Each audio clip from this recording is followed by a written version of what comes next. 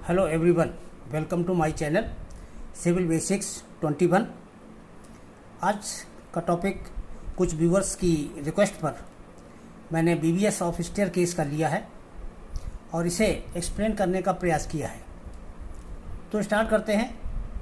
BBS of stair case का एक simple case है।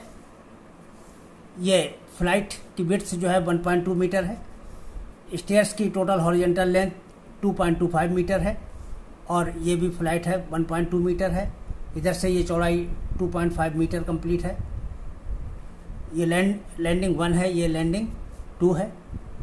तो इस तरीके से ये प्लान हुआ। ये एलिवेशन है, सारे डिटेल्स दिए हुए हैं। जो बार्स हैं उनका डाया दिया है, स्पेसिंग दी है और डिस्ट्रीब्यूशन बार्स का भी दिया हुआ है। इसी तरह से मेन बार्स का दिया हुआ है, कौन कौन सी छड़ें डाली गई हैं वो आप देख लें। इसमें मेन बार्स जो डाली गई है वो यहाँ से स्टार्ट करते हैं कि एक बार तो इधर से आई है और ये ऊपर से होती हुई फिर ये नीचे और यहाँ से फिर हॉरिजॉन्टल और फिर ये बॉटम साइड में जो वेस्ट स्लैब है इसके बॉटम में होते हुए फिर यहाँ से इसको नीचे ही न मोड़ करके इसको सीधा ऊपर ले जाते हैं और ऊपर ले जा करके फिर इसको हॉरिजॉन्टल जो है ऊपरी फेस में ले जा करके तब इसके अंदर डाउनवर्ड बेंड करते हैं। इसमें एक तो ये मेन बार हुई, दूसरी इसकी जो मेन ये हमारी जो है क्रैंक बार के नाम से कहलाएगी और दूसरी जो नीचे से बार जाएगी अल्टरनेट बार होंगी। ये नीचे से जाएगी और बाकी ये ऊपर होते हुए इसी तरह से चली जाएगी। तो ये बार्स हुई और तीसरी हमारी ये एक्स्ट्रा बार हैं, ये इस तरह से यहाँ पर प्रोवाइड की गई हैं। ये इसके बॉटम में है और यहाँ पर ये ऊपरी सिरे पर आई है। तो ये छड़ 3 तरह की ये छड़ें हैं। इन्हीं छड़ों के लिए यहाँ पर एक बात मैं इसी जगह आपको संकेत दे दूँ कि इसमें ये जो मेन बार आ रही है यहाँ पर वेस्ट स्लैब के बॉटम में, इस छड़ को कभी भी बाई मिस्टेक सीधा लैंडिंग के बॉटम फेस में नहीं मोड़ना चाहिए। यानी जैसे यहाँ से आ रही छड़ इसको सीधे यहीं अगर हम मोड़ देते हैं तो ये बहुत बड़ी ब्लंडर होगी, क्योंकि ऐसा कर देने से क्या होगा कि इस छड़ में जैसे ही टेंशन आएगा तो ये टेंशन के कारण इधर खींचेगी, ये भी टेंशन के कारण इधर खींचेगी और ये सीधी होने का प्रयास करेगी। सीधा होने के कारण इसके नीचे जो कवर में कंक्रीट लगी है ये कंक्रीट नीचे की ओर पुश होने लगेगी और ये यहाँ से टूट जाएगी और इस कवर हटते ही ये बार जो है बाहर को सीधी होकर के लटक जाएगी। लेकिन अगर इसको सीधा ऊपर हम ले जाते हैं तब ये लैंडिंग की जो मोटाई है पूरी इसके टॉप लेयर में कंक्रीट होने के बार होने के कारण इसमें किसी प्रकार का इस तरह का खतरा नहीं रहता है कि ये पूरी कंक्रीट को ब्रेक कर सके या तोड़ सके। देखिए यहाँ पर ये जो क्रॉस बन रहा है, इस क्रॉस के इस तरफ जो ये छड़ आ रही है इस छड़ की लंबाई LD होनी चाहिए और इसी क्रॉस के इस तरफ इस छड़ की लंबाई यहाँ से लेकर के ये पूरी लंबाई जो है ये भी LD से कम नहीं होनी चाहिए। ये हमारी डिज़ाइन की 2 बेसिक रिक्वायरमेंट्स हैं। बाकी डिज़ाइन हमारे सब उसी तरह से हैं, लेकिन इन 2 चीज़ों को यहाँ बता देना मैं ज़रूरी समझ रहा था, इसलिए मैंने बताया कि तो ये तो हमारा BBS इनके प्लान और एलिवेशन थे। अब इसके बाद यहाँ पर देखिए मेन बार्स जो है वो किस शेप में मुड़ी हुई है उसको हमने यहाँ अलग से फिगर उसी में से बना लिया है। तो ये क्रैंक बार है, इसको शेप 1 भी कह सकते हैं। क्रैंक बार हम लिख रहे हैं इसको। ये इस तरह से आ रही है, ये मुड़ गई बॉटम वेस्ट स्लैब में और फिर इसके बाद ये हॉरिजॉन्टल, फिर यहाँ से ये ऊपर L/7 है, L/7 पर ये ऊपर को मोड़ दी जाती है। तो ये ऐसे हुक लगा हुआ है। तो यहाँ से यहाँ तक की जो इसकी टोटल लंबाई है वो स्मॉल a से रिप्रेजेंट की गई है, ये दूरी B से रिप्रेजेंट की गई है, ये C से और ये D से। हमने इसको बेस की तरफ से ABCD नॉमेनक्लेचर किया है। ये हमारा लैंडिंग 1 की तरफ से तो A, B, C और D। इसी तरह से जो दूसरी हमारी नॉर्मल बार है, नॉर्मल बार में यहाँ क्रैंक नहीं लगा होता है तो क्रैंक में इसकी इस लंबाई को E लिखते हैं और वेस्ट स्लैब की लंबाई को F से रिप्रेजेंट करते हैं और ये टॉप जो स्टेट लेंथ है इसको स्मॉल g से रिप्रेजेंट कर रहे हैं और जो ये एक्स्ट्रा बार आई है, एक्स्ट्रा बार की जो इंक्लाइंड लंबाई है इसको h से रिप्रेजेंट किया गया है और इसकी हॉरिजॉन्टल लेंथ को I से रिप्रेजेंट किया गया है। तो ये एक तो हो गई क्रैंक बार, ये हो गई नॉर्मल बार, ये हो गई एक्स्ट्रा बार, शेप 1, शेप 2, शेप 3। तो तीन तरह की शेप में हमारी मेन बार्स स्टेयरकेस में प्रोवाइड की जानी है। अब जो ये मेन बार्स डाली गई हैं, इन मेन बार्स की मेनली ये मेन बार एक्स्ट्रा बार नहीं, ये मेन बार्स ये दो हैं, ये एक्स्ट्रा बार में है, हालांकि ये भी मेन की कैटेगरी में है। यहाँ हम इन दो छड़ों की जो है नंबर ऑफ मेन बार्स इसकी गणना करना है हमको। तो मेन बार्स की गणना करने के लिए अब देखिए मेन बार्स की गणना कैसे करेंगे। इसमें कितनी चौड़ाई, बेस्ट स्लैब की जो चौड़ाई है वो 1200 मिलीमीटर है, 1.2 मीटर थी, तो ये 1200 मिलीमीटर हो गया। 1200 मिलीमीटर में से इसके दोनों सिरे के जो एंड कवर हैं वो हमने घटा दिए। तो एंड कवर हमने यहाँ पर 25 मिलीमीटर का एज्यूम कर लिया है। तो 25 मिलीमीटर का एक साइड से, 25 मिलीमीटर का दूसरे साइड से। तो इस तरह से जो छड़ डाली जाएगी इसकी जो चौड़ाई है, जिस चौड़ाई में ये छड़ें डाली जानी है वो चौड़ाई हमारी केवल 1200 - 2 × 25 के बराबर ही रहेगी। तो ये हमारी 1150 हो गई। और क्वेश्चन में यहाँ मेन बार्स का जो स्पेसिंग दे रखा है, ये मेन बार्स हैं, मेन बार्स का spacing 150 mm centre to centre दिया हुआ है, इसलिए मेन बार्स का स्पेसिंग से भाग लगा दिया, +1 कर दिया। ये हमारा जनरल फार्मूला होता है मेन बार्स की संख्या ज्ञात करने का, इससे तो आप लोग अच्छी तरह से जानते ही हैं। ये हमारा 8.66 आ गया, इसको हमने नेक्स्ट राउंड फिगर में, नेक्स्ट होल नंबर में जो है राउंड अप कर दिया, 9 नंबर्स हो गए। और अब ये 9 छड़ें जो डाली गई हैं वेस्ट स्लैब में, उसमें से क्या किया गया है कि जो क्रैंक बार हैं इनको 5 कर दिया गया है, 5 छड़ें डाल दी गई हैं और उनके बीच में अल्टरनेट 4 छड़ें जो है ये नॉर्मल बार्स डाल दी गई। तो नंबर ऑफ क्रैंक बार हमने 5 ले लिया है और नंबर ऑफ नॉर्मल बार 4 ले लिया है। तो इस तरह से इसी 9 का ये डिवीजन है कि इसमें से कितनी क्रैंक बार हैं और कितनी नॉर्मल बार हैं। ये दोनों बार अल्टरनेट क्रम में डाली जाती हैं। तो इस तरह से एक छड़ ये रहेगी, फिर सबसे पहले किनारे पर ये छड़ डाली जाएगी, फिर ये छड़ डाली जाएगी, इसके बाद फिर ये डाली जाएगी, फिर ये, ऐसे आखिरी किनारे पर भी यही छड़ होगी। तो ये 5 छड़ और ये 4 छड़ें हो गई। इसके बाद हमने जो बेस्ट स्लैब है, बेस्ट स्लैब में जो कवर है वो कवर कौन सा, इफेक्टिव कवर। बेस्ट स्लैब की जो मोटाई कम है, तो ये हमने 150 अपने प्रश्न में लिया हुआ है कि बेस्ट स्लैब की जो मोटाई है और लैंडिंग की भी जो मोटाई है वो 150 mm ली है। तो 150 mm के लिए जो है हमने इफेक्टिव कवर जो है 25 mm का माना है इस क्वेश्चन में। तो इफेक्टिव कवर 25 mm को आप ध्यान में रखेंगे। इसके बाद ये कैलकुलेशन स्टार्ट करते हैं, कैलकुलेशन फॉर क्रैंक बार।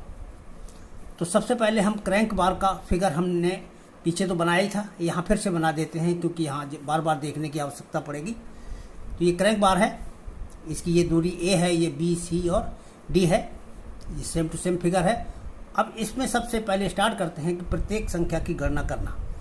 जो ये हमारा A है दूरी, यानी यहाँ से ये कौन सा फेस है, ये हमारा दीवार का फेस है और इसके अंदर दीवार का फेस है, या यूँ कहें कि यहाँ पर बीम है तो बीम का इनर फेस है। तो ये ए दूरी है। ए दूरी की गणना कैसे करेंगे, ये बताया था कि यहाँ से कहाँ से ये क्रैंक कहाँ से बनाया जाता है, L/7 से बनाया जाता है। तो ए बराबर L/7 ये होगा यहाँ से यहाँ तक। अब चूंकि इसमें छड़ की लंबाई निकालनी है तो L/7 तो यहाँ से यहाँ तक की स्ट्रेट डिस्टेंस है। ये इंक्लाइंड पोर्शन की जो लंबाई के लिए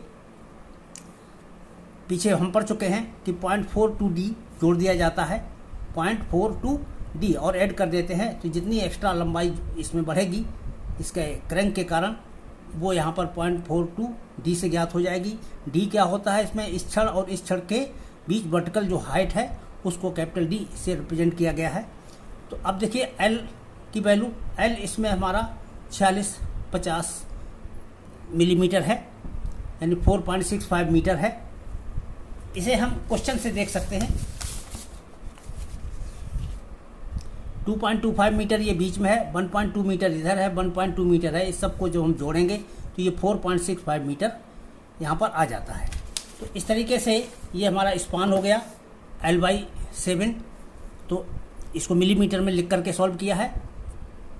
तो 4650/7 प्लस 0.42, और ये दोनों छड़ों के बीच जो वर्टिकल डिफरेंस है वो कैसे निकलेगा।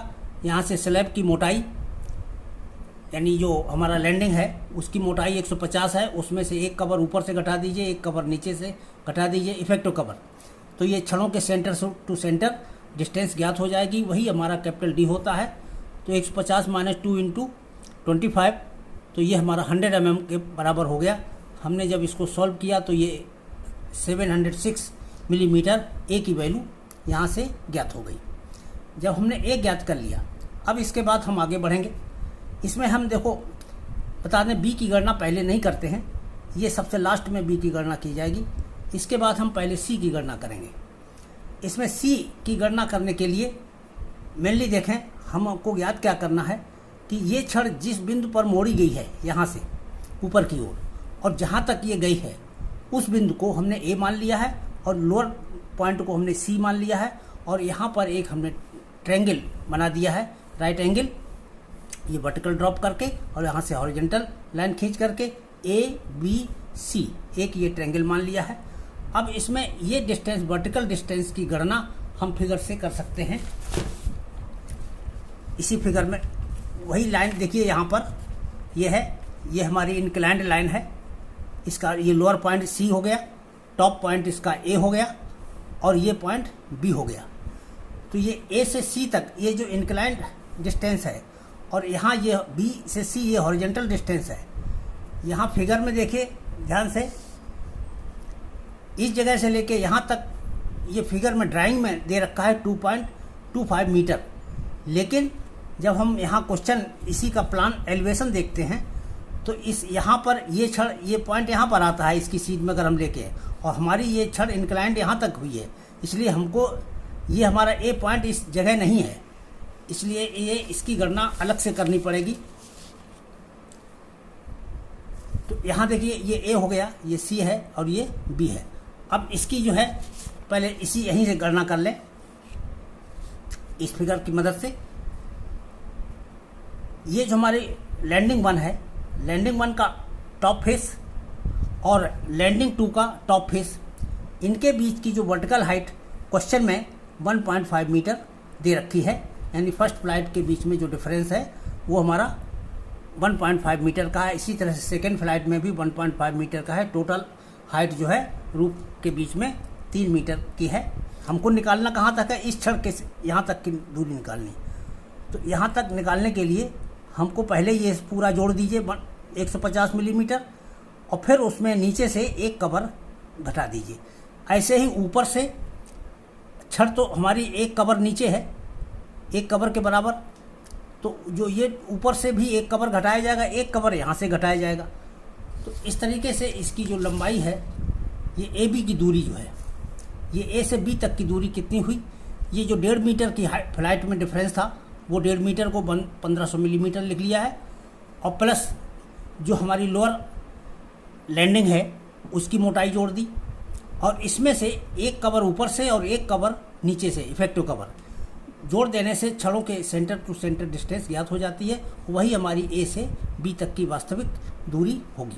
तो इस तरीके से ये ए से बी तक की दूरी हम 1600 यहाँ पर इसको सॉल्व करके निकाल लेते हैं। ये हमारी ए से बी तक की दूरी हो गई। अब हम इस ट्रायंगल की मदद से एक ट्रायंगल हम बनाते हैं स्टेयरकेस का।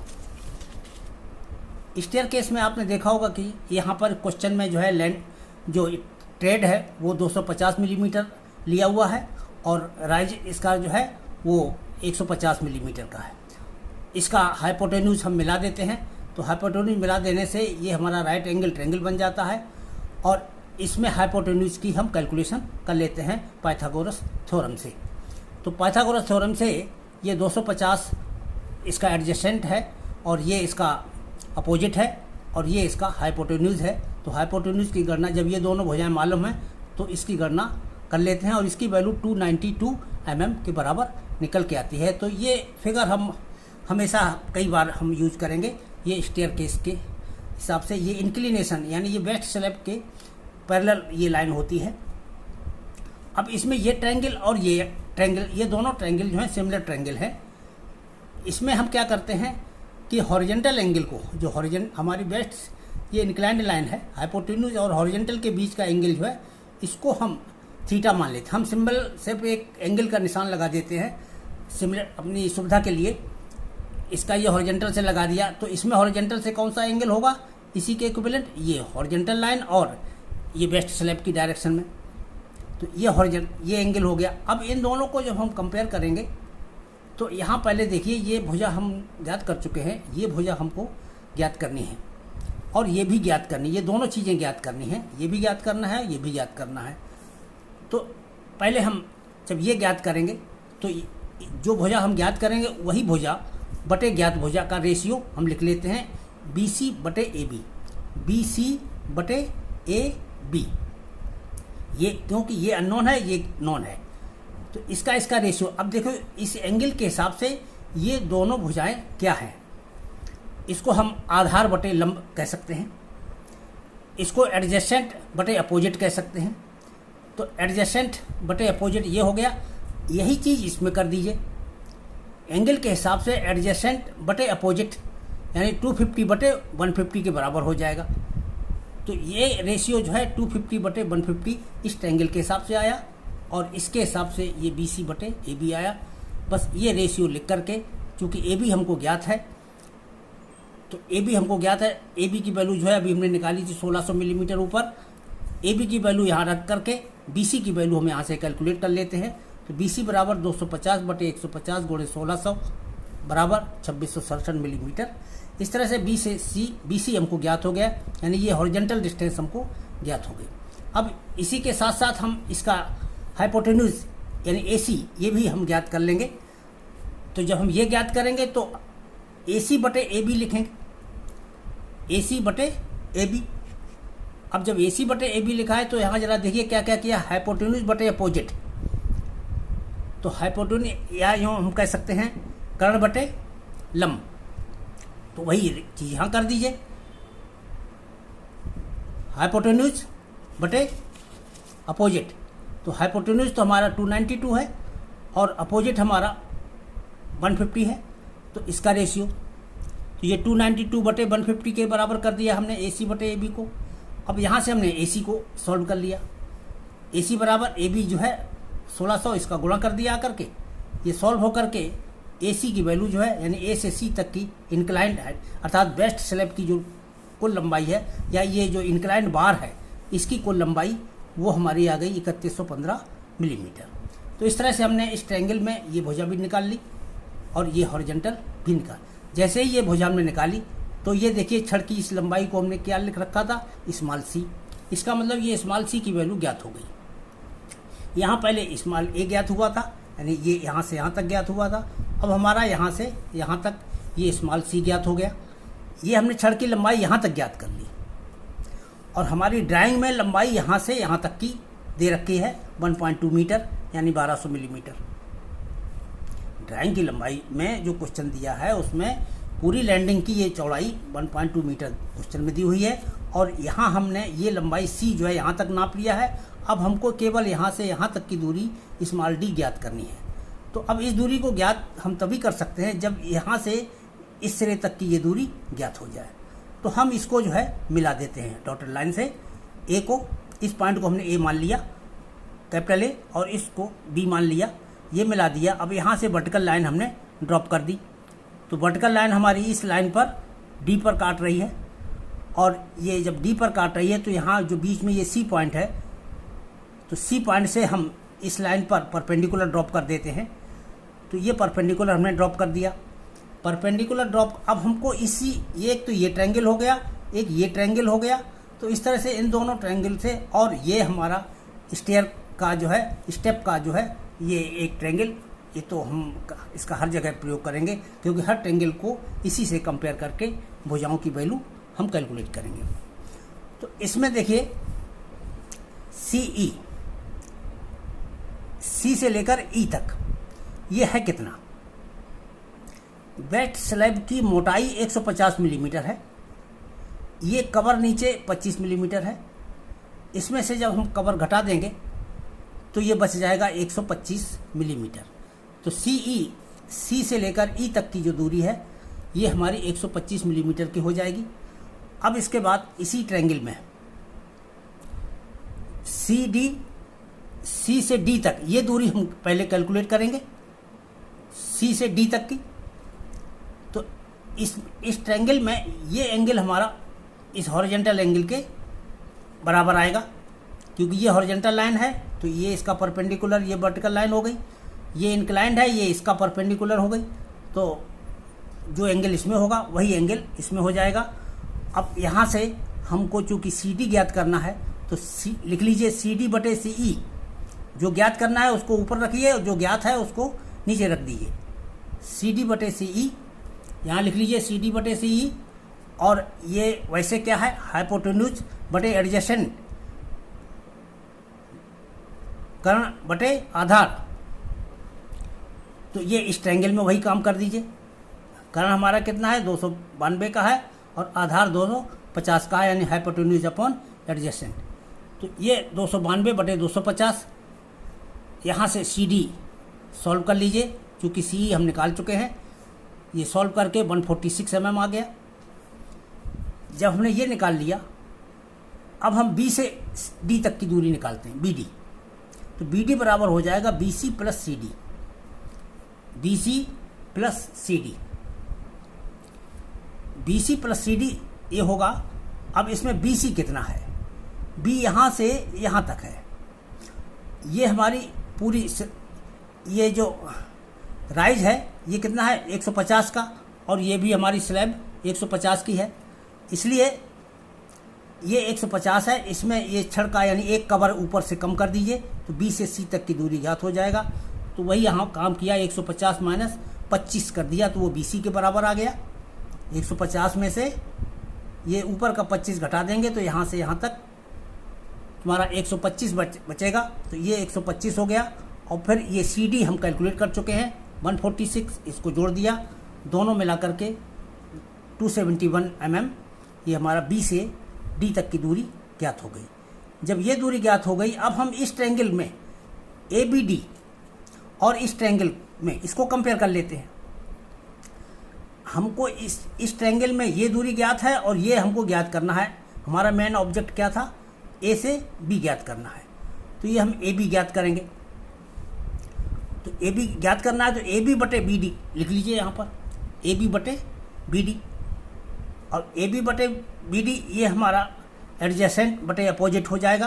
तो यहाँ पर भी एडजेसेंट बटे अपोजिट यानी 250 बटे 150, 250 बटे 150। बी डी हमने निकाल लिया है, ए बी की वैल्यू यहाँ से निकाल लेंगे, ये हमारी 452 मिलीमीटर यहाँ से ज्ञात हो जाएगी।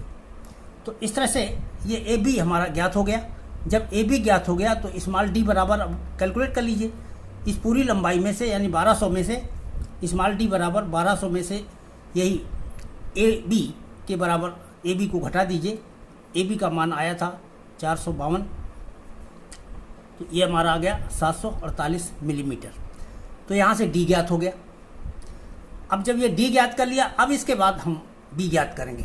बी की गणना के लिए हम एक बार फिर से बार बेंडिंग में जो शेप वन की फिगर है उसको फिर से देखते हैं।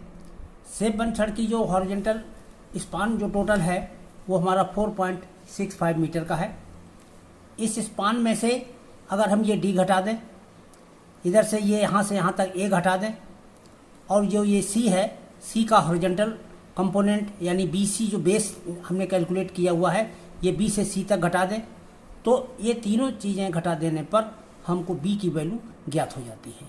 बस इसी सिद्धांत का प्रयोग करते हुए हम यहाँ पर लिखते हैं स्मॉल बी बराबर टोटल स्पान एल माइनस, यहाँ देखिए ये ए जो है हमारा, ये वो नहीं जो ऊपर हमने कैलकुलेट किया है, वो रखना पड़ेगा, क्योंकि उस ए में हमारी ये इंक्लाइंड लाइन और ये हॉरिजॉन्टल लाइन दोनों शामिल है। हमको ए से यहाँ से लेकर यहाँ तक केवल हॉरिजॉन्टल डिस्टेंस यहाँ पर चाहिए। तो हॉरिजॉन्टल डिस्टेंस हमारी केवल L/7 के ही बराबर है। तो यहाँ पर इसके स्थान पर हम L/7 रखेंगे। तो L माइनस L/7 यहाँ ये दूरी हो गई, और इसका ये इसके बाद BC हो गया यहाँ पर BC, और फिर ये D हो गया माइनस D। बस इसमें हम L/7 ऊपर हम कैलकुलेट कर चुके हैं, ये वैल्यू भी रख दी। L की वैल्यू टोटल स्पान है, इसको हमने 4650 मिलीमीटर लिख लिया। L/6 ये 664 है। BC की वैल्यू हम कैलकुलेट कर चुके हैं, ऊपर से नोट कर ली, और D की वैल्यू भी ऊपर से अभी अभी कैलकुलेट की है, वो भी नोट कर ली। इन सबको सॉल्व किया, ये सॉल्व होकर के स्मॉल b की वैल्यू 571 मिलीमीटर के बराबर प्राप्त हो गई। तो इस तरह से हम b की गणना यहाँ कर लेते हैं। अब इसके बाद कटिंग लेंथ ऑफ क्रैंक बार, इसकी गणना हम करेंगे। तो कटिंग लेंथ ऑफ क्रैंक बार की गणना के लिए देखें, हमने A, B, C, D इत्यादि सभी की गणना कर ली है। तो इसी फिगर में देखिए, जो हमारी ये छड़ है हमारी क्रैंक बार, इसकी टोटल लंबाई कितनी होगी? ये A, ये B, ये C और ये D, ये चारों जोड़ेंगे, ये यहाँ से यहाँ तक की टोटल लंबाई हो गई। इसके बाद यहाँ पर ये बीम, जो एंड बीम है, एंड बीम के अंदर कुछ इसकी लंबाई एम्बेडेड है। इसके दूसरे सिर पर भी एंड बीम है, इसमें भी कुछ लंबाई एम्बेडेड है। ये दोनों लंबाई एम्बेडेड वाली जोड़ दी जाएंगी, ये हमारी टोटल लंबाई हो जाएगी। इसके बाद इसमें जो हुक हैं, जो हमारे बेंड बने हुए हैं, ये 45 डिग्री बेंड है, यहाँ एक 45 डिग्री बेंड है, यहाँ बेंड है, यहाँ बेंड है, ये दो 90 डिग्री के बेंड हैं। तो ये बेंड के जो इफेक्ट लंबाई है वो घटा दी जाती है, बेंड के लिए जो डिफरेंस आता है। तो अब यहाँ पर उसी चीज़ को देखिए कैसे लिखा गया है। Hence cutting length of crank bar is equal to A plus B plus C plus D, ये चारों जोड़ दिए। इसके बाद embedded length in end beam, जो हमारा एंड बीम है दोनों सिरों पर, उसके अंदर जो लंबाई दबी हुई है वो लंबाई यहाँ पर हम लिखेंगे। यहाँ मैं बता देना चाहूँ कि कुछ जगह इसको डेवलपमेंट लेंथ शब्द प्रयोग किया गया है। मैं नहीं समझता कि इसके अंदर दबाई गई लंबाई ये डेवलपमेंट लेंथ के बराबर होती है। इसके संबंध में अभी हम पीछे बता चुके थे कि जो हमारा क्रॉसिंग आती है, वो क्रॉसिंग के दोनों तरफ इसकी लंबाई जो है LD से के बराबर होनी चाहिए। तो वो लंबाई यहाँ से यहाँ तक टोटल लंबाई LD के बराबर होती है, न कि केवल बीम के अंदर दबी हुई लंबाई ये LD के बराबर होती है। यहाँ पर जो लंबाई ली जाती है, वास्तव में जो भी लंबाई हो इसको मैनुअली कैलकुलेट करके ही हम निकालते हैं। इसमें डेवलपमेंट लेंथ का फार्मूला लगा करके ये लंबाई कभी भी ज्ञात नहीं की जाती है। इसीलिए हम इस स्थान पर डेवलपमेंट लेंथ न लिख करके embedded length in end beam जो है ये लिखना ज़्यादा बेटर समझते हैं। इसके बाद -45 डिग्री बेंड के लिए घटाया जाएगा, और फिर इसके बाद 90 डिग्री बेंड के लिए घटा दिया जाएगा। अब यहाँ पर देख लीजिए, ABCD की चारों वैल्यू यहाँ पर सब्स्टिट्यूट कर दी। इसके बाद एम्बेडेड लेंथ, इसके एक सिरे पर एम्बेडेड लेंथ यहाँ पर देख लें, ये कितना है, ये लंबाई इतनी आई है, और ये यहाँ से यहाँ तक आया है। तो ये हमारी लंबाई जो है इसकी गणना कर लीजिए। बीम की यहाँ पर हम ये फिगर इसी जगह बना दिया है, इसी फिगर को। ये हमारी बीम है, एंड बीम है।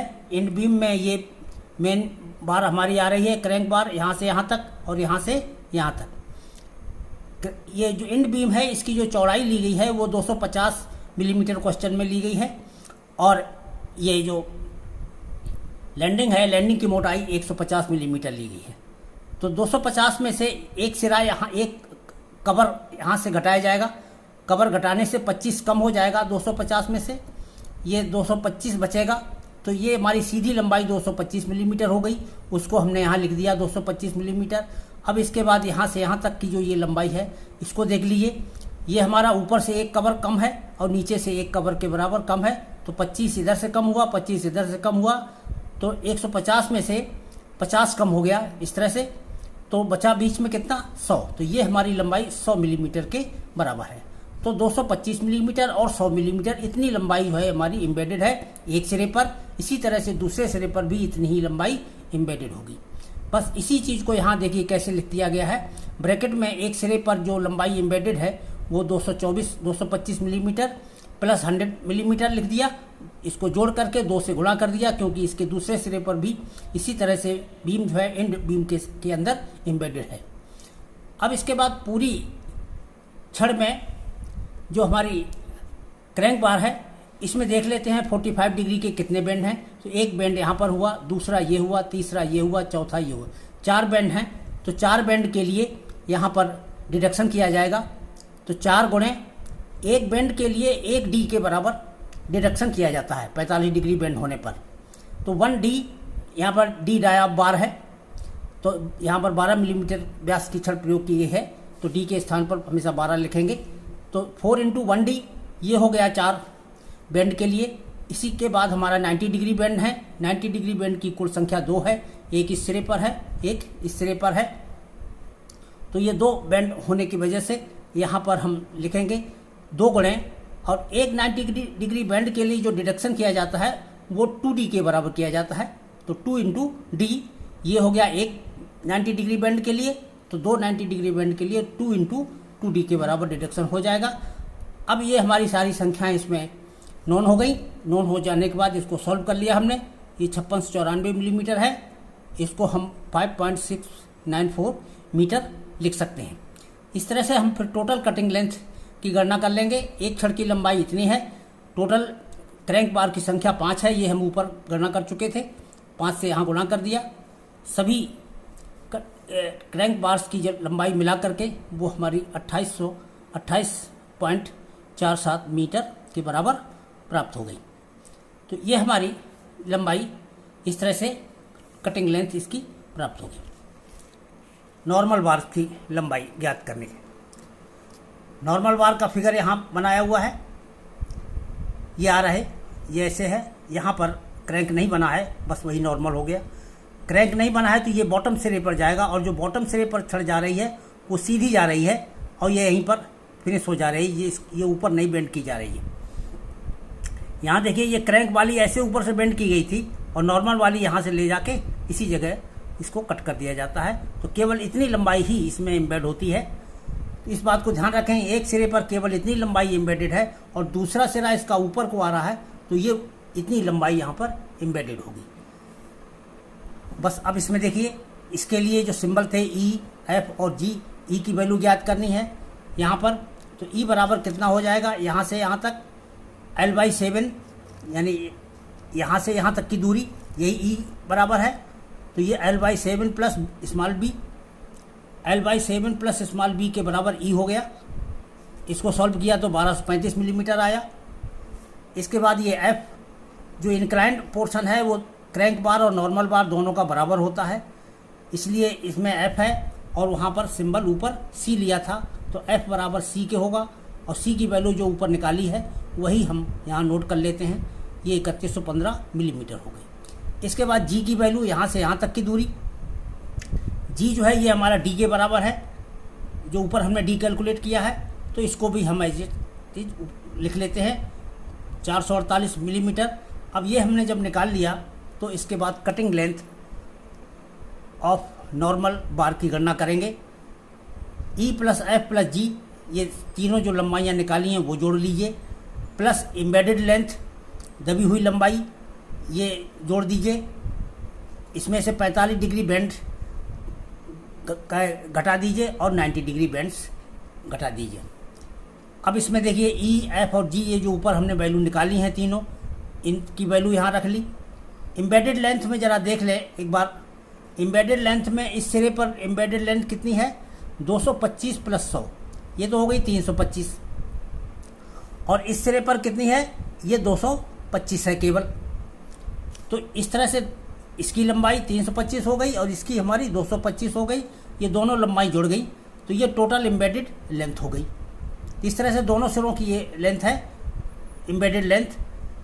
और इसके बाद इसमें बेंड की संख्या देख लीजिए, इसमें बेंड कितने लगे हैं 45 डिग्री के, 1 और 2, तो 2 बेंड लगे हैं 45 डिग्री के, तो 2 गुणे 1D कर दीजिए। डी की जगह हमेशा 12 लिखेंगे, क्योंकि क्वेश्चन में मेन बार्स का डाया 12 मिलीमीटर दिया हुआ है, तो 2 गुणे 1D हो गया।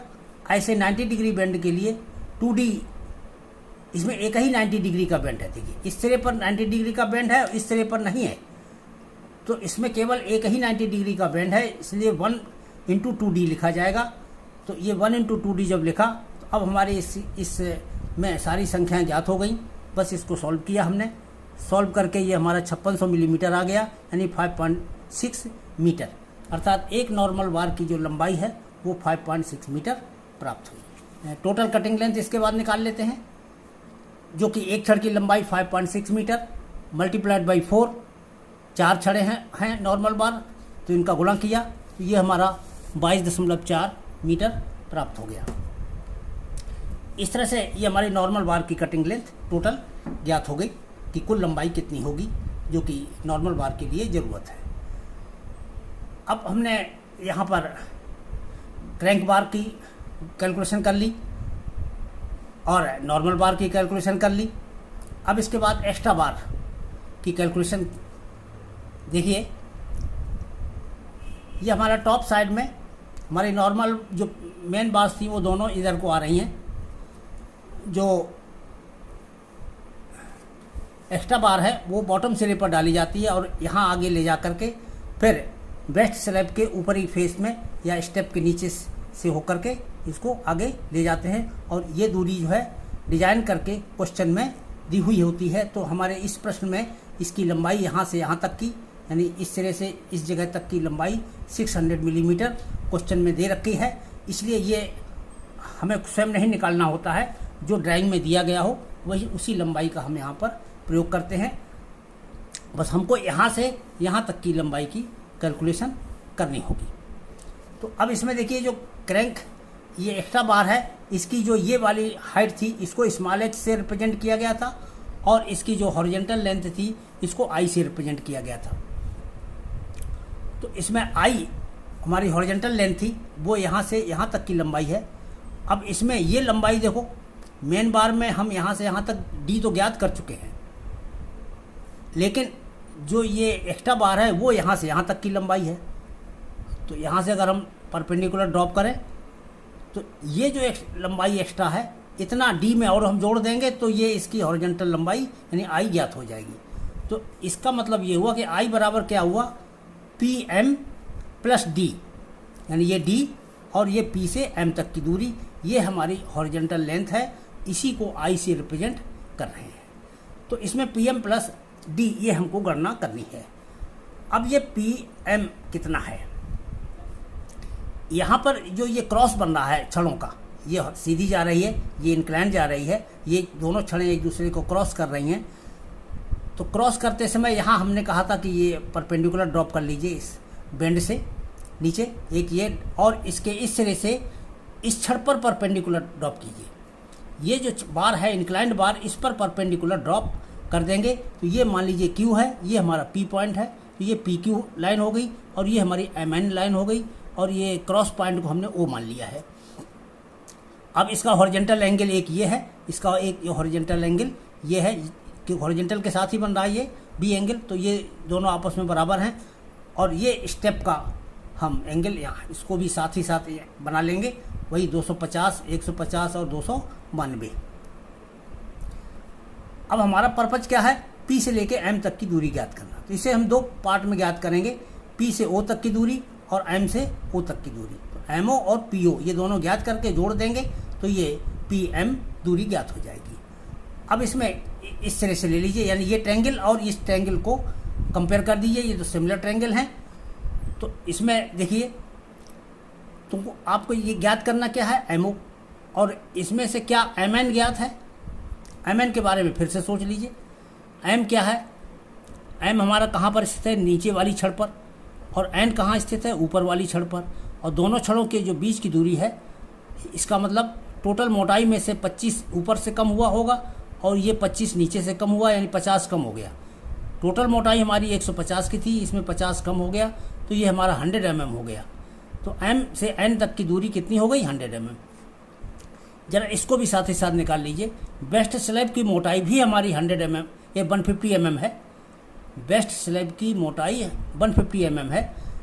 25 मिलीमीटर इधर से कम हुआ और 25 मिलीमीटर ऊपर से कम होगा, तो P से Q तक की दूरी ये भी हमारी 100 mm के बराबर ही होगी।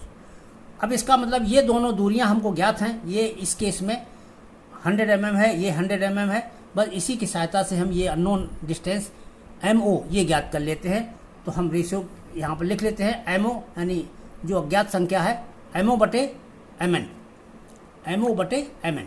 अज्ञात को ऊपर रखेंगे और जो ज्ञात संख्या है उसको नीचे रखेंगे। अब MO बटे MN, इसमें देखिए ये रेशियो है किस चीज़ का, MO बटे MN। ये एंगल यहाँ पर है तो ये एडजेसेंट हो गया, और ये MN इसके सामने हो जाए तो ये अपोजिट हो गई, एडजेसेंट अपॉन अपोजिट। इस ट्रायंगल में एडजेसेंट अपॉन अपोजिट यानी 250 बटे 150, तो ये 250 बटे 150 के बराबर हो जाएगा। बस यहाँ से MN हमको मालूम ही है 100, यहाँ से MO हमने निकाल लिया, MN को यहाँ ले आए और इसकी वैल्यू रख ली हमने 100, ये 167 mm आ गया। इसके बाद इसी तरह से इस ट्रायंगल में निकाल लीजिए, ये हमको मालूम है, ये ज्ञात करना है, तो हम यहाँ पर ज्ञात ये करना है PO, तो PO बटे PQ, PO बटे PQ हमारा 100 है, तो PO बटे, अब इसमें ज़रा देखिए ये है क्या चीज़, क्योंकि ये हमारा राइट एंगल है, ये PO हमारा हाइपोटेन्यूज होगा, तो ये हाइपोटेन्यूज और ये अपोजिट, इसका रेशियो हाइपोटेन्यूज और अपोजिट का रेशियो यहाँ पर है, तो वही यहाँ हम करेंगे। इसमें हाइपोटेन्यूज और अपोजिट का रेशियो यानी 292 बटे 150, 292 बटे 150, तो ये हम जैसे करेंगे तो इसमें हम PO सॉल्व कर लेंगे। इसकी वैल्यू 100 है, यहाँ रख करके सॉल्व कर लिया, 195 आ गया P से O तक की दूरी। अब हमने MO ज्ञात कर लिया है, PO ज्ञात कर लिया है, इसलिए P से M तक की दूरी यहाँ पर हम ज्ञात कर लेंगे। PM बराबर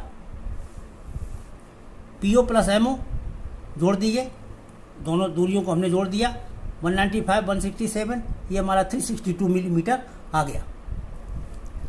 तो P से M तक ज्ञात हो गया। जब हमारा P से M तक ज्ञात हो गया तो I बराबर, ऊपर फार्मूला लिखा था हमने PM प्लस D के बराबर होता है, तो PM की वैल्यू यहाँ रख दी, ये 362 हो गई, और D की वैल्यू पहले से ज्ञात है हमको 748, दोनों को जोड़ दिया 1110 मिलीमीटर, ये हमारा I की वैल्यू आ गई। जब I की वैल्यू आ गई तो इसके बाद हम कटिंग लेंथ की गणना कर लेंगे, एक्स्ट्रा बार की कटिंग लेंथ। तो कटिंग लेंथ इसकी क्या होगी, H प्लस I, यानी ये H यहाँ से यहाँ तक और ये यहाँ से यहाँ तक I हो गया, और इसके बाद H प्लस I कर दिया, प्लस एम्बेडेड लेंथ, इसके अंदर जो लंबाई इसकी दबाई गई हो वो लंबाई इसमें जोड़ेंगे और बेंड इसमें घटाएंगे। यहाँ देखिए H का मान ये क्वेश्चन में दिया हुआ है, तो ये 600 mm है, और I की वैल्यू आपने निकाल ली है अभी 1110। एम्बेडेड लेंथ कितनी होगी, ये हमारी बॉटम बार है, तो ये बॉटम बार कितना अंदर जाएगी, जब हम दूसरे यहाँ बनाएंगे ये फिगर, अगर 250, तो ये 250 ये छड़ आगे सीधी बस यहीं तक जाएगी, इसको ऊपर नहीं बेंड किया जाता है, हमेशा ऊपर वाली छड़ को ही ऐसे नीचे को बेंड करते हैं, तो ये छड़ केवल सीधी जाती है। तो ये लंबाई हमारी हम पीछे अभी कैलकुलेट कर चुके हैं 225 मिलीमीटर के बराबर है, इसीलिए एम्बेडेड लेंथ हमारी 225 मिलीमीटर हो गई। और इसके बाद इसमें बेंड, जरा इसकी बनावट के हिसाब से देख लीजिए, इसमें बेंड कितना, एक बेंड है केवल 45 डिग्री का, ना यहाँ 90 डिग्री का बेंड है, ना यहाँ 90 डिग्री का बेंड है, 90 डिग्री का बेंड कोई नहीं है, केवल एक बेंड 45 डिग्री का है। तो 1 इंटू 1D, 1 इंटू 1D, यानी 1D वैल्यू होती है एक एंगल के लिए 45 डिग्री के, तो 1 इंटू D और इंटू 1, ये हमने सॉल्व कर लिया, ये हमारा इतना आ गया मिलीमीटर, ये मीटर में कन्वर्ट कर लिया, यानी एक छड़ की कटिंग लेंथ यहाँ से निकल गई। अब इसके बाद इसके नंबर ऑफ बार्स की गणना हम करेंगे कि ये एक्स्ट्रा बार्स ये कितनी डाली गई है। तो क्वेश्चन में देखें कि ज़्यादातर जो एक्स्ट्रा बार डाली जाती है वो मेन बार्स के डबल स्पेस पर डाली जाती है। मेन क्वेश्चन में मेन बार का स्पेस 150 दिया हुआ है, और जो एक्स्ट्रा बार है इसका स्पेस जो है स्पेसिंग 300 मिलीमीटर दिया हुआ है, इसीलिए यहाँ पर स्पेस इसका जो है ये ज्ञात करने की ज़रूरत है। तो नंबर ऑफ बार्स यहाँ पर निकाल लिए हमने। अब ये चौड़ाई तो वही है हमारी, जो बेस्ट स्लैब है उसकी चौड़ाई 1200 मिलीमीटर है, दोनों सिरों के कवर घटा दिए 2 गुणे 25, तो ये कुल चौड़ाई बची हमारी। इसी चौड़ाई में ये बेस्ट स्लैब डालनी है, और इतनी चौड़ाई में स्पेसिंग कितने अंतराल पर डाली गई है छड़ें, 300 मिलीमीटर के, ये भाग लगा दिया, इसमें +1 कर दिया, +1 करने के बाद 4.8 हुआ, इसको 5 लिख लिया हमने, तो ये 5 नंबर्स बार्स हो गई। टोटल कटिंग लेंथ यहाँ निकाल ली, दोनों का गुणा कर दिया, एक छड़ की लंबाई गुणे 5, ये हमारा 9.615 मीटर, ये हमारी इसकी कटिंग लेंथ आ गई। तो इस तरह से मेन बार्स जो हमारी 3 तरह की है, उन तीनों की कटिंग लेंथ की गणना यहाँ पर होगी। वीडियो थोड़ा लंबा है, थोड़ा पेशेंस रखना होगा। डिस्ट्रीब्यूशन बार, इसके बाद इसकी गणना स्टार्ट करते हैं। डिस्ट्रीब्यूशन बार के लिए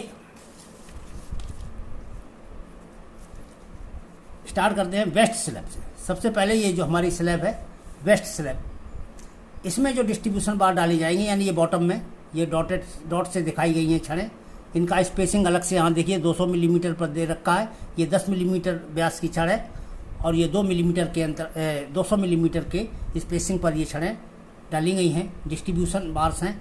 तो डिस्ट्रीब्यूशन बार्स जो हैं वेस्ट स्लैब में जो डाली गई हैं, पहले इनकी नंबर ऑफ बार्स निकाल लें। तो नंबर ऑफ बार्स कैसे निकालेंगे? वेस्ट स्लैब में यहाँ से यहाँ तक की जो है हमारी लंबाई वो कितनी है, सी हमने कैलकुलेट की है ऑलरेडी।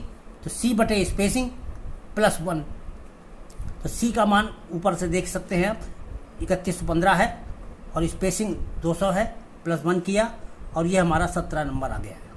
तो इस तरह से हमने ये नंबर ऑफ बार्स इनका निकाल ली। यहाँ से यहाँ तक कुल डिस्ट्रीब्यूशन बार्स की संख्या जो है 17 हो जाएगी। और इसके बाद टोटल लेंथ, एक छड़ की लंबाई पहले देख लें, ये कहाँ डाली जाती है, ये इसमें डाली जाएगी। ये यही छड़ तो है, यहाँ पर जो है डिस्ट्रीब्यूशन बार्स पड़ेंगी।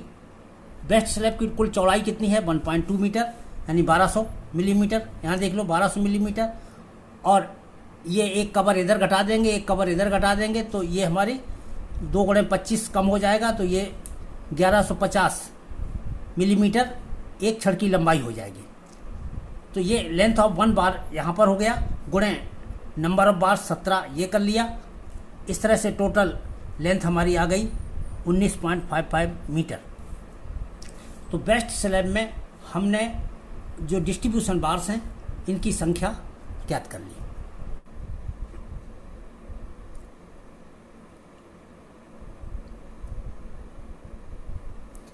इसके बाद लैंडिंग 1 में हम डिस्ट्रीब्यूशन बार्स की गणना करेंगे। तो पहले फिगर में देख लें हमारी लैंडिंग 1 कौन सी है। ये लोअर जहाँ से स्टेयर स्टार्ट होती है उसी लैंडिंग को हम लैंडिंग 1 क्या बोल रहे हैं। लैंडिंग 2 ये है, लैंडिंग 1 ये है। तो ये इसका एलिवेशन है। यहीं पर यहाँ देखिए ये लैंडिंग 1 प्लान में दर्शाया हुआ है। जब लैंडिंग 1 में जो डिस्ट्रीब्यूशन बार डाली जाएगी, वो जो बार यहाँ पर डॉटेड के द्वारा दिखाई जा रही है, ये छड़ जो है इस डायरेक्शन में डाली जाएगी। जब इस डायरेक्शन में डाली जाएगी तो एक छड़ की लंबाई कितनी होगी, ये हमारी टोटल लंबाई यहाँ से यहाँ तक 2.5 मीटर है, यानी 2500 मिलीमीटर है। तो जब ये 2500 मिलीमीटर है, इसमें से एक कवर इधर से घटेगा, एक कवर इधर से घटेगा, तो 2 गुणे 25 घट जाएगा, तो ये हमारा 50 यानी कम हो जाएगा। तो ये 2500 में से 50 कम हो जाएगा, तो 2450 मिलीमीटर हमारा ये एक छड़ की लंबाई ज्ञात हो जाएगी। बस इसी को हम यहाँ पर देखते हैं। इसमें लैंडिंग 1 में हमारी एक बॉटम में भी बार्स पड़ी हुई हैं और टॉप में भी बार्स पड़ी हुई हैं। हम दोनों की गणना अलग अलग करेंगे। पहले हम बॉटम के लिए गणना करेंगे, तो यहाँ पर इसके लिए लिख दिया गया है बॉटम डिस्ट्रीब्यूशन बार्स। इनकी लंबाई जो है अभी हमने फिगर में समझा दिया है कि 2500 माइनस 2 गुणे 25 बराबर 2450 मिलीमीटर हो जाएगी, और ये 2.45 मीटर हो गई। तो एक छड़ की लंबाई जो है 2.45 मीटर है। अब इसके बाद इसी डिस्ट्रीब्यूशन बार्स की स्पेसिंग ज्ञात करनी है। तो ये डिस्ट्रीब्यूशन बार्स यहाँ देख लें, ये डिस्ट्रीब्यूशन बार जो है इसमें कहाँ से कहाँ तक कितनी चौड़ाई में ये डाली जानी है। पहले ये पूरी चौड़ाई यहाँ से यहाँ तक की ज्ञात कर लें। तो ये जो डिस्टेंस होगी यही हमारी पूरी ली जाएगी। और ये कितनी डिस्टेंस है, ये नॉर्मल बार के केस में यहाँ देखिए ये टोटल लंबाई कितनी के बराबर थी, ये ई के बराबर थी। तो यहाँ से यहाँ तक ये टोटल ई हो गया, जिसकी गणना हम कर चुके हैं। तो ये ई बटे स्पेसिंग, नंबर ऑफ बार्स निकालने के लिए ई बटा स्पेसिंग प्लस 1 करके निकाल लेंगे। तो ई की वैल्यू पीछे हमने ज्ञात की है, उसी को नोट कर लेंगे। स्पेसिंग 200 मिलीमीटर है, प्लस 1 करेंगे, ये हमारा 8 नंबर आ गया। और इसके बाद टोटल कटिंग लेंथ हम निकाल लेंगे। एक छड़ की लंबाई 2.45 मीटर गुणे 8, ये हमारा 19.6 मीटर टोटल लंबाई ज्ञात हो गई। इसके बाद हम टॉप डिस्ट्रीब्यूशन बार्स ज्ञात करेंगे। यानी इसमें देखिए टॉप डिस्ट्रीब्यूशन बार ये ऊपर से वाली हो गई, तो ये इसकी जो यहाँ से यहाँ तक की चौड़ाई ये केवल इतनी है। इस चौड़ाई को हम यहाँ पर क्या बोलते हैं, ये L/7 के बराबर है। इंक्लाइन की वजह से थोड़ा सा डिफरेंस है, लेकिन इसको हम L/7 अप्रोक्सीमेट मान लेते हैं। तो ये लंबाई हमारी L/7 है। तो इस केस में जो स्पेसिंग निकाली जाएगी टॉप बार्स के लिए, वो स्पेसिंग का तो नंबर ऑफ बार्स का फार्मूला ये होगा कि L/7 बटे स्पेसिंग प्लस 1। L/7 का मान हम पीछे निकाल चुके हैं, 664 बटे 200 प्लस 1, यानी ये 5 नंबर हो जाएगा। और इसकी एक छड़ की लंबाई ये ऊपर की तरह से ही 2.45 मीटर होगी, ये भी पूरी चौड़ाई में डाली जाएगी। तो इस तरह से हम टोटल कटिंग लेंथ निकाल लेते हैं। एक छड़ की लंबाई में नंबर ऑफ बार्स का गुणा कर देते हैं, ये हमारी टोटल लेंथ हो जाती है। तो ये यहाँ पर हमारा लैंडिंग 1 में हमारा डिस्ट्रीब्यूशन बार्स की गणना हो गई। कहाँ हो गई, बॉटम बार्स में हो गई, और ये टॉप डिस्ट्रीब्यूशन बार्स हो गई। तो लैंडिंग 1 में डिस्ट्रीब्यूशन बार्स की गणना यहाँ पर ये पूरी हुई। इसके बाद हम लैंडिंग 2 में गणना करेंगे कि डिस्ट्रीब्यूशन बार्स कितने डाले गए हैं, कहाँ कहाँ डाले गए हैं। तो लैंडिंग 2 में डिस्ट्रीब्यूशन बार्स की पोजीशन जानने के लिए हम पहले इस फिगर को देखते हैं। ये फिगर में ये हिस्सा लैंडिंग 2 को ही दर्शा रहा है, टॉप लैंडिंग है। इसमें ये मेन बार है जिसका यहाँ से यहाँ तक की लंबाई स्मॉल डी है, ये हम गणना कर चुके हैं। ये हमारी एक्स्ट्रा बार है, एक्स्ट्रा बार की भी हम ये लंबाई यहाँ पर गणना कर चुके हैं। एक्स्ट्रा बार की लंबाई यहाँ से यहाँ तक की कितनी होगी, इस पूरी लंबाई में ये छड़ें डाली जानी है डिस्ट्रीब्यूशन बार्स।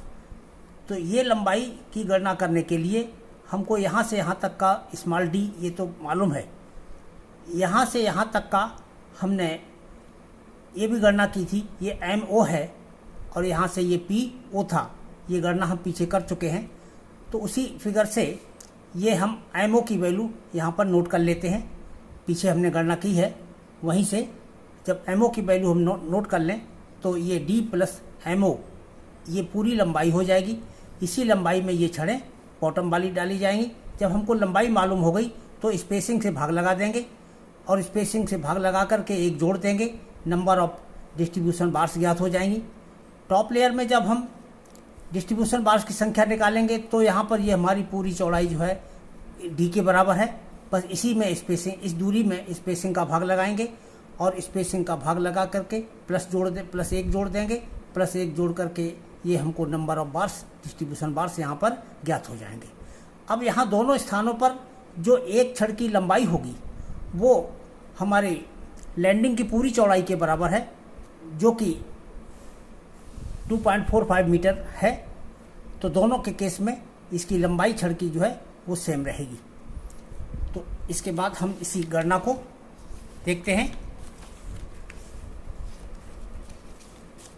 इन लैंडिंग, जो ये लैंडिंग में गणना की गई है, तो इसकी लंबाई हमारी 2.45 मीटर है, ये हमने अलग से नोट कर ली कि एक छड़ की लंबाई डिस्ट्रीब्यूशन बार्स की। और यहाँ पर जो है नंबर ऑफ बार्स कैसे निकालेंगे, वही MO प्लस D बटे स्पेसिंग, MO प्लस D बटे स्पेसिंग प्लस 1। अब MO हमने अलग से निकाला हुआ है 167, प्लस ये D की वैल्यू मालूम है 200 स्पेसिंग है इसकी, और इसमें प्लस 1 किया, प्लस 1 करने से ये हमारा 6 नंबर बार्स आ गई। तो ये 6 नंबर डिस्ट्रीब्यूशन बार्स डाली जाएंगी। एक छड़ की लंबाई 2.45 मीटर है, तो टोटल कटिंग लेंथ हमारी हो गई 2.45 मीटर बाई 6, यानी 14.7 मीटर। ये तो इसमें हो गई।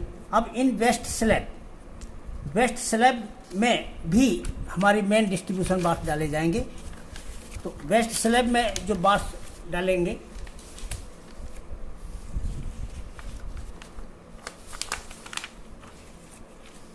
एक फिगर यहाँ फिर से देख लें।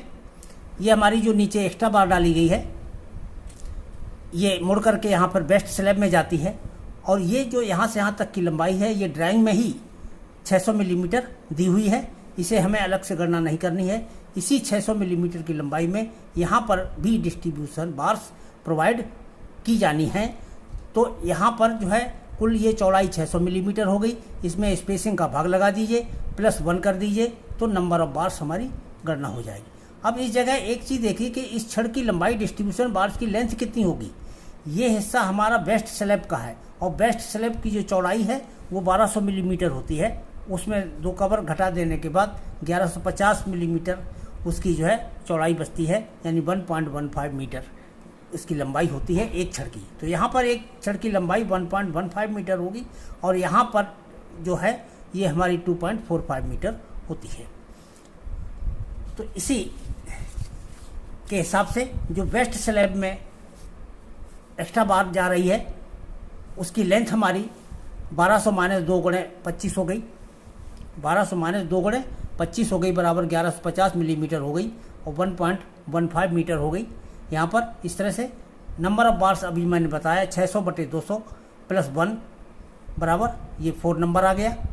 टोटल लेंथ हमने निकाल दिया 1.15/4, ये 4.6 मीटर हो गया। ये तो हमारा जो एक्स्ट्रा बार थी उसका जो लैंडिंग में हिस्सा था उसमें कितनी छड़ें हैं, डिस्ट्रीब्यूशन बार्स हैं, और जो वेस्ट स्लैब में पोर्शन जा रहा है उसमें कितनी डिस्ट्रीब्यूशन बार्स डाली गई हैं, उन दोनों की टोटल लंबाई यहाँ पर गणना हो गई। अब इसके बाद आइए top distribution bars. Top distribution bars की लंबाई अभी हम बता चुके हैं कि ये इतनी ही रहेगी, 2.45 मीटर। और नंबर ऑफ बार्स जब हम ज्ञात करेंगे तो ये डी चौड़ाई में चूँकि डाले जाने हैं, तो D स्पेसिंग +1 से निकाला जाएगा।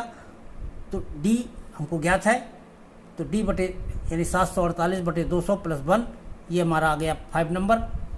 इसलिए टोटल कटिंग लेंथ हमारी 2.45 × 5, ये 5 नंबर है, तो ये 12.25 मीटर। तो इस तरह से ये टॉप में भी डिस्ट्रीब्यूशन बार्स हमने ज्ञात कर ली। अब इसके बाद प्लान में भी देख लें कि आप किन किन छड़ों का BBS तैयार कर चुके हैं, यानी क्वांटिटी निकाल चुके हैं। तो प्लान में ये लैंडिंग 1 है, ये फर्स्ट फ्लाइट है। तो फर्स्ट फ्लाइट की आप सभी मेन बार्स की कैलकुलेशन कर चुके हैं, एक्स्ट्रा बार्स की भी कैलकुलेशन कर चुके हैं। इसके बाद डिस्ट्रीब्यूशन बार्स फर्स्ट फ्लाइट में कितने डाले गए हैं ये भी आप गणना कर चुके हैं। डिस्ट्रीब्यूशन बार्स लैंडिंग 1 में कितने डाले गए हैं इसकी भी गणना कर चुके हैं। डिस्ट्रीब्यूशन बार्स लैंडिंग 2 में कितने डाले गए हैं पूरी लंबाई में, ये भी आप गणना कर चुके हैं। अब सेकेंड फ्लाइट की जो मेन बार्स अभी इसकी गणना आपने नहीं की है, तो इसकी गणना आप इसी के तरह से जैसे फर्स्ट फ्लाइट की गणना की है, ठीक वही स्टेप में इसकी गणना हो जाएगी। या अगर संरचना में कोई डिफरेंस नहीं है तो इसको हम डबल करके भी निकाल सकते हैं।